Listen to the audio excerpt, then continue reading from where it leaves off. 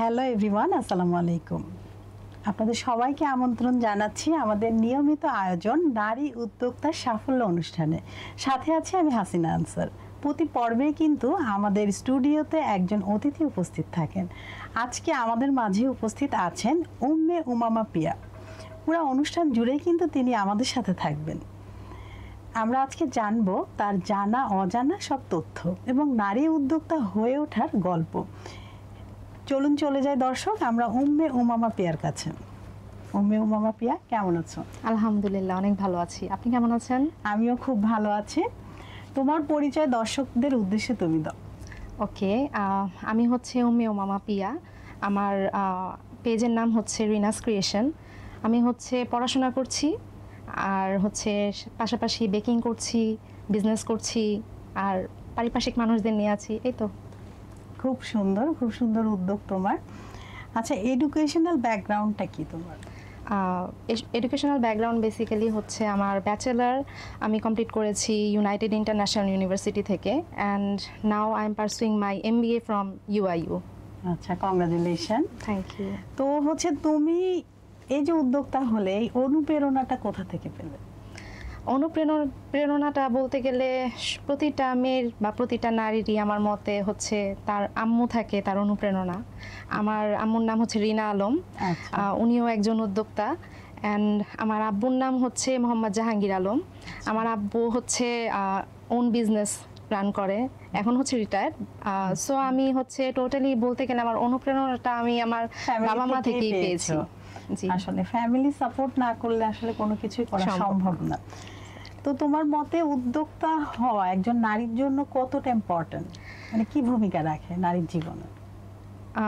একজন নারীর জীবনে বলতে গেলে উদ্যোক্তা হওয়াটা অনেক বেশি ইম্পর্ট্যান্ট, কারণ প্রতিটি মেয়েরই আমার মতে সেলফ আইডেন্টিটি খুবই প্রয়োজন। সে কিছু করুক, যে যা পড়াশোনার পাশাপাশি বা সংসারের পাশাপাশি যেটাই করুক, একদম সেটা খুব অল্প স্বল্পতে হোক, বেকিং হোক, মানে যে সেলাই হোক, যেটা যার প্রতিভা, তো সেটা করা উচিত, কিছু একটা করা উচিত। খুব সুন্দর কথা বলেছে পিয়া। কারণ দর্শক দেখুন, আমাদের প্রতিটা মানুষেরই কিন্তু কিছু না কিছু প্রতিভা দিয়েই আল্লাহ পাক পৃথিবীতে পাঠান আমাদেরকে। তো সেটা আমাদেরকে বুঝতে হবে যে আসলে আমরা কোনটা করলে আমরা ভালো করব। তো সেই জায়গা থেকে আমি যদি আরো বেটার পজিশনে আসতে চাই, নিজের যদি একটা আইডেন্টিটি ক্রিয়েট করতে চাই, তো সেই জায়গা থেকে অবশ্যই আমাদের কিছু না কিছু করা উচিত যেটাতে আমি পারদর্শী। প্রথমে হয়তো বা আমরা নিজেদেরকে 1 ঘন্টা সময় দিলাম, তারপরে 2 ঘন্টা, এভাবে নিজেদেরকে আরেকটু স্কিলড করে আমরা কিছু একটা কিন্তু করতেই পারি। আচ্ছা, এই যে তুমি যে উদ্যোক্তা হলে, এই গল্পটা আমি জানতে চাচ্ছি, এটা কেন তোমার মাথায় আসলো এবং কবে থেকে তুমি এই উদ্যোক্তা জীবনে প্রবেশ করেছো? আচ্ছা, আমি উদ্যোক্তা হব এটা বেসিক্যালি আমি হচ্ছে চিন্তা ভাবনা করেছিলাম। পড়াশোনার পাশাপাশি তো একটা থাকেই প্ল্যান যে কর্পোরেট জব করব, এটা তো সবসময় মানে চাইল্ডহুড প্ল্যান ছিল যে আমি কর্পোরেট জব করব। কিন্তু সবসময় আমার আম্মু আমাকে উৎসাহ দিত যে পড়াশোনা তো করছো, পাশাপাশি কিছু করতে হবে তোমার, এটা তো আছেই। ধরো তুমি ভবিষ্যতে কোনো বিপদে পড়লা, তখন তো তোমার হচ্ছে তোমার একটা পাশাপাশি একটা কি থাকবে, তখন যদি তুমি কিছু করো তাহলে হচ্ছে সেটাই হচ্ছে তোমার পুঁজি থাকবে। তো তুমি তখন থেকে আমার মাথার মধ্যে একটা টার্নিং পয়েন্ট ছিল যে না, আমি কিছু করব। তো এটাই বলতে গেলে আমার উৎসাহটা আমার এখান থেকেই আসছে। উদ্যোগটা আমি তখনই আর কি নিব এটা চিন্তা করেছি। আসলে হয় কি, মানে আমরা কিন্তু অনেকেই পুরো পড়ালেখা কমপ্লিট করি, কিন্তু বিয়ে যখন হয়ে যায়, এক পর্যায়ে বাচ্চা হয়ে গেলে অনেক সময় চাকরিটা আমরা কন্টিনিউ করতে পারি না। তখন কিন্তু আমরা যদি মানে যে কাজে পারদর্শী, ধরেন আপনি খাবার তৈরি করছেন, আপনি খাবার বিক্রেতা, ঠিক আছে, আপনি খাবারেই করলেন, অথবা কেউ যদি আর্টিস্ট হয়, সে আর্ট নিয়ে বা ব্লগ বুটিক, যেটা গান করলেন, তো সেটা নিয়ে যদি আমরা কিছু করি, তাহলে কিন্তু আমাদের ওই যে মানে একদম টাইম ধরা যে চাকরিটা, সেটা করা লাগছে না, আমাদের সময়টা কাটছে আর কিছু আর্নও হচ্ছে। হ্যাঁ, অবশ্যই। তো আসলে অনেক ভালো কাজ করছো। তো এখন তোমার বিজনেস সম্পর্কে আমাদের দর্শকদেরকে একটু বলো।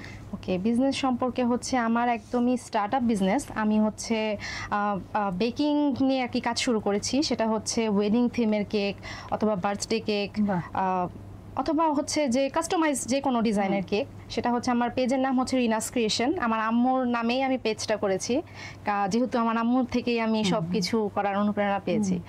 সো বিজনেসটাই স্টার্ট করেছি, অ্যান্ড হচ্ছে আমার বিজনেসটা এখন পর্যন্ত আমি রান করে যাচ্ছি আল্লাহর রহমতে। অনলাইন, টোটালি হচ্ছে অনলাইন। প্ল্যান আছে যে দেখি যদি কোথাও যে কোনোভাবে আউটলেট দেওয়া যায় আর কি। দর্শক আপনারা তো শুনলেন, উম্মে উমামা পেয়ার যদি হাতের কেক, মজাদার মজাদার সব বেকিং আইটেম আপনারা খেতে চান, স্বাদ পেতে চান, তাহলে অবশ্যই উম্মে উমামা পেয়ার একটি পেজ আছে, নাম হচ্ছে রিনাস ক্রিয়েশন। সেখানে কিন্তু আপনারা নক করতে পারেন, সেখানে তার মোবাইল নাম্বার এবং অ্যাড্রেস দেয়া আছে, ওর ডেলিভারি ম্যানও আছে, সে পৌঁছে দেবে। জি।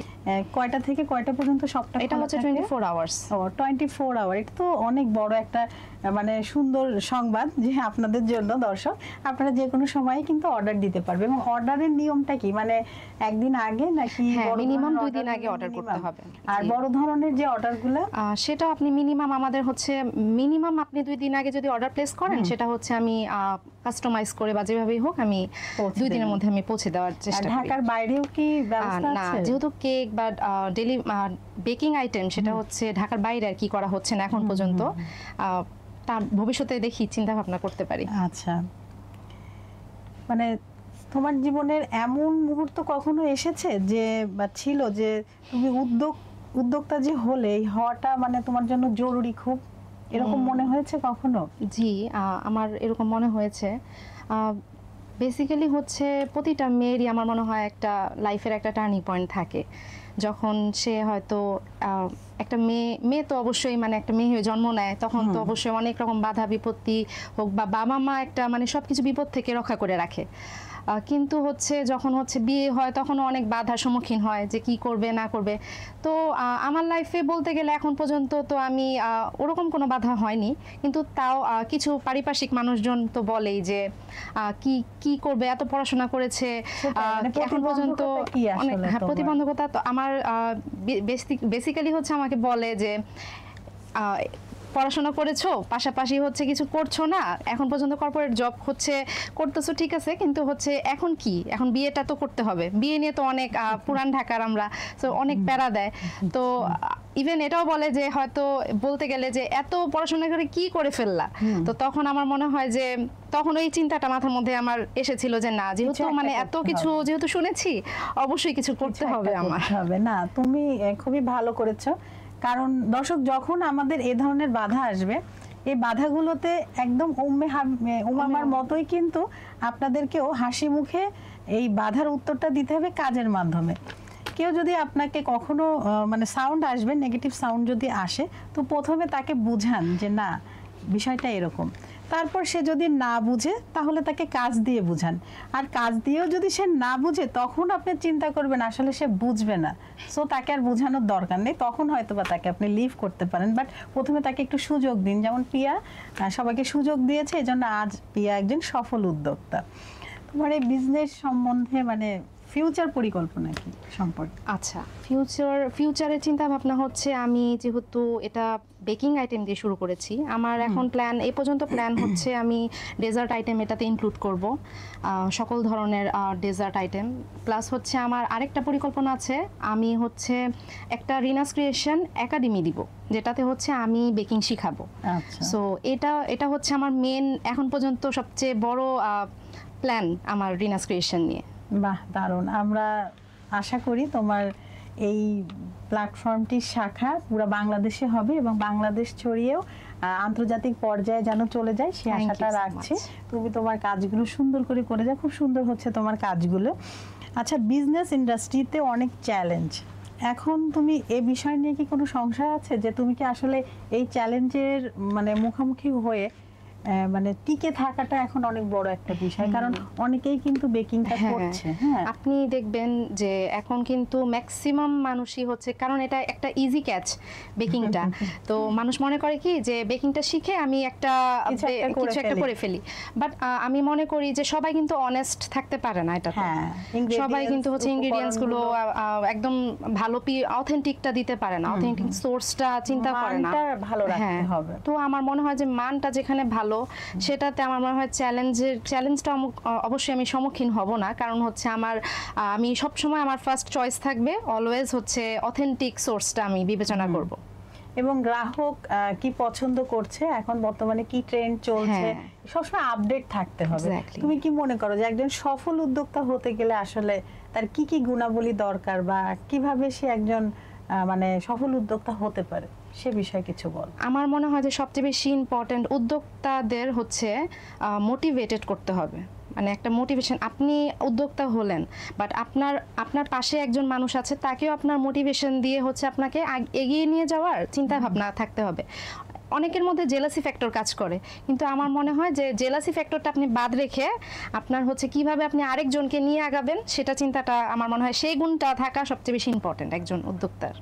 খুবই সুন্দর বলেছে দর্শক। আসলে জেলাসি, ইগো, এই বিষয়গুলো আপনি যখন এই ধরনের সেক্টরের সাথে যুক্ত হবেন, আপনাকে অবশ্যই ইগোটা বাসায় রেখে আসতে হবে, কারণ আপনাকে কিন্তু এই সেক্টরে সবার সাথে মিশতে হবে, কথা বলতে হবে, তারপরেই কিন্তু আপনার অনেক ক্লায়েন্ট হবে এবং তাদের কাছে কিন্তু আপনার খাবার বা যে কোনো পণ্যই কিন্তু পৌঁছে যাবে।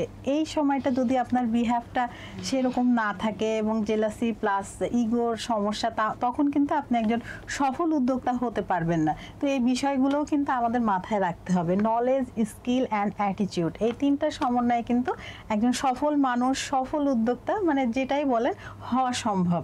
তো আমাদের আসলে অ্যাটিটিউডটা অনেক বড় একটা ফ্যাক্টর। এই বিষয়ে তোমার কি মতামত? একদম, এটাতে কোনো ডাউট নেই। অবশ্যই আপনার অ্যাটিটিউড থাকতে হবে একদম পজিটিভ। আপনি নেগেটিভ চিন্তাটা পরে করতে হবে। অ্যান্ড আপনি যেটা বললেন যে ওয়েল অ্যান্ড গুড যে আপনার অ্যাটিটিউড ভালো, বাট আপনি আপনার সামনের মানুষকে আপনি পয়েন্ট অফ ভিউটা আপনি বুঝাতে পারছেন না। তো আমার মনে হয় যে আপনি যদি তাকে মোটিভেশন দিয়ে বুঝান বা আপনার অনেস্টি দিয়ে বুঝান যে আপনি যেটা চাচ্ছেন তার প্রতি সেটা আপনি সেটা হচ্ছে নিতে পারবেন, তাহলে হচ্ছে আমার মনে হয় যে এটা খুবই ইম্পর্টেন্ট। কারণ আমরা যে সেক্টরে আছি প্রতিনিয়তই কিন্তু আমাদের সাথে হাজারো মানুষের দেখা হচ্ছে, কথা হচ্ছে, আমাদের বিজনেসটাও কিন্তু রান হচ্ছে। সো মানে বিহেভটা আসলে অনেক বেশি ইম্পর্টেন্ট। হ্যাঁ, পজিটিভ রাখতে হবে। আচ্ছা, উদ্যোক্তা হওয়ার পাশে তুমি কাকে বেশি পেয়েছো, বেশি সাপোর্ট পেয়েছো, কাকে? এটা তো উইদাউট এনি ডাউট আমার আম্মু হচ্ছে অলওয়েজ আমার পাশে ছিল। আমার আম্মুকে আমি বলবো যে আমার আম্মুকে যখন আমি দেখি, শি ইজ সো ট্যালেন্টেড, উনার হচ্ছে এত গুণ আছে, বাট হয়তো অনেক সময় কিছু থাকে না যে সংসারের জন্য গুণাবলীগুলো কাজে লাগাতে পারে না। হ্যাঁ, আর তুমি এখন যে সুবিধাগুলো পাচ্ছ, আন্টি হয়তো ওই সময় ওই সুবিধাগুলো পায়নি। হ্যাঁ, এটা একটা ব্যাপার।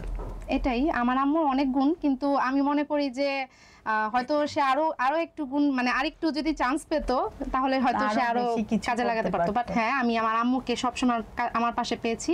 আমার ছোট বোনকে আমি, হ্যাঁ অবশ্যই অবশ্যই। খুবই ভালো লাগলো তোমার চিন্তা ভাবনা। আসলে বলে না ওই যে মেয়ের মধ্যে মায়ের প্রতিচ্ছবিটাই থাকে। তো আমরা আজকে রিনা আপা, আপনাকে অনেক ধন্যবাদ। এত সুন্দরভাবে আপনি আপনার মেয়েকে বড় করেছেন, সবকিছু শিখিয়েছেন। প্রতিটা বাবা মায়েরই আসলে এটাই হয় যে তার বাচ্চা, ছেলে মেয়ে বড় হয়ে তার সন্তান মানুষের মতো মানুষ, একটা ভালো মানুষ হওয়াটা আসলে অনেক বড় একটা বিষয়। আচ্ছা, একজন মেয়ে হিসেবে নতুনদের জন্য তোমার কি পরামর্শ বা মন্তব্য? একজন মেয়ে হিসেবে আমি অবশ্যই বলবো সবকিছুই অনেক বাধা বিঘ্ন, বাঁচতে হলে আমাদের আসলে মেয়ে হিসেবে অনেক বাধা বিঘ্ন থাকবে, সমাজ থেকে, ফ্যামিলি থেকে, পারিপার্শ্বিক আত্মীয়জন থেকে বা বন্ধুদের থেকেও অনেক বাধা আসবে। কিন্তু একজন মেয়ে হিসেবে আমি বলতে চাই যে ফার্স্ট অফ অল তোমাকে আগে নিজের সেলফ আইডেন্টিটি ক্রিয়েট করতে হবে, এগিয়ে যেতে হবে, থেমে থাকা যাবে না, মনে করতে হবে যে আমি পারবো, বাস আই ক্যান। মানে নিজের প্রতি আত্মবিশ্বাসটা অনেক বেশি হবে এবং নিজের কাজে সৎ থাকতে হবে। জি, এত গল্পের মাঝে খুবই ভালো লাগলো। আরেকটু জানতে চাচ্ছি যে অবসর সময় কাটে কিভাবে? আমি অবসর সময় আসলে আমি গান শুনতে খুব পছন্দ করি। আমি আমার আম্মুর গলার গানও খুব শুনতে পছন্দ করি। নিজে কি গান করো? নিজে অতটা গান করা হয় না। আম্মু আমাদের একটু গান শোনাবা? গান আমরা শুনতেই পারি। দর্শক আপনারা কি বলেন, একটা গান হয়ে যাক না? একটা গান প্লিজ। আচ্ছা, গান, আচ্ছা ওকে। মাঝে মাঝে স্বপ্ন দেখে অকারণ রাতে মাঝে মাঝে গল্প বলে নিজেই নিজের সাথে, হো মাঝে মাঝে ইচ্ছে করে স্বপ্ন উড়াই হাওয়ায়, মাঝে মাঝে তোমায় সাজাই সকল চাওয়া পাওয়ায়, তুমি আমার না বলা ভালোবাসা, একই সুরে বোনা এ হৃদয়ের সকল আশা। Thank you. বাহ, দারুণ, চমৎকার। দর্শক, আপনাদেরও নিশ্চয়ই খুব ভালো লেগেছে, আমার তো খুবই ভালো লাগলো। Thank you so much. আজকে Thank you দর্শকও আপনাকে। জেনে গেল তোমার আরেকটি প্রতিভা। ফিউচারে so আমরা much. তোমাকে কণ্ঠশিল্পী হিসেবে পাবো না? ইনশাল্লাহ ইনশাল্লাহ। আচ্ছা, এখন নতুন উদ্যোক্তাদের উদ্দেশ্যে কিছু বলো, যেন তারা তাদের বিজনেসটাকে আরো রান করে নিয়ে যেতে পারে। উদ্যোক্তাদের জন্য আমি এটাই বলবো, আপনারা হচ্ছে চেষ্টা চালিয়ে যান এবং হচ্ছে আপনাদের সবাইকে নিয়ে এগিয়ে যেতে হবে।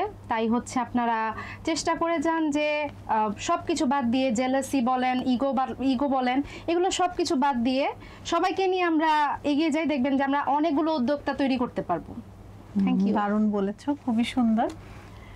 দেখতে দেখতে কিন্তু আমাদের আসলে অনেকটা সময় হয়ে গিয়েছে। মানে তোমার সাথে গল্প আড্ডায় এমন মেতে উঠেছিলাম আমরা যে সময়টা কিভাবে পার হয়ে গেল আসলে বুঝতেই পারিনি।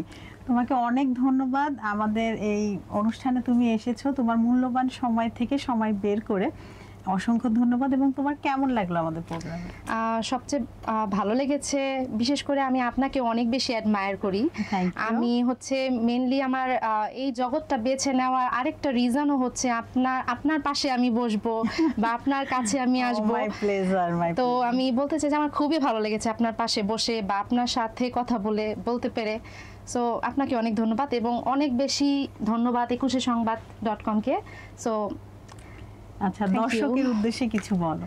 দর্শকের উদ্দেশ্যে আপনাদেরকে অনেক ধন্যবাদ আমাদের সাথে এতক্ষণ থাকার জন্য, আমাদের কথা শোনার জন্য। আপনারা সবসময় আমাদের এভাবে সাপোর্ট করে যাবেন, আমাদের পাশে থাকবেন। Thank you. আবারও অনেক অনেক ধন্যবাদ, থ্যাংক ইউ সো মাচ। আবারও তোমার সাথে আমাদের দেখা হবে ইনশাআল্লাহ। দর্শক, সময় হয়ে যাচ্ছে আমাদের এখন, মানে অনুষ্ঠান শেষের। আপনারা যারা এতক্ষণ আমাদের সাথে ছিলেন, আপনাদেরকে অসংখ্য ধন্যবাদ। এভাবে আমাদের সাথে থাকবেন, পাশে থাকবেন। আসলে আমরা প্রত্যাশা করি নারীর সফলতা, স্বাবলম্বিতা, নারীর জীবন সফলতায় ভরে উঠুক, এই কামনায় শেষ করছি। আবারও নতুন কোনো আয়োজনে এবং নতুন অতিথি নিয়ে আপনাদের সবার মাঝে আমি উপস্থিত হব, হাসিনা আনসার। সে পর্যন্ত আপনারা সবাই ভালো থাকুন, সুস্থ থাকুন এবং আমাদের সাথে থাকুন। আল্লাহ হাফেজ।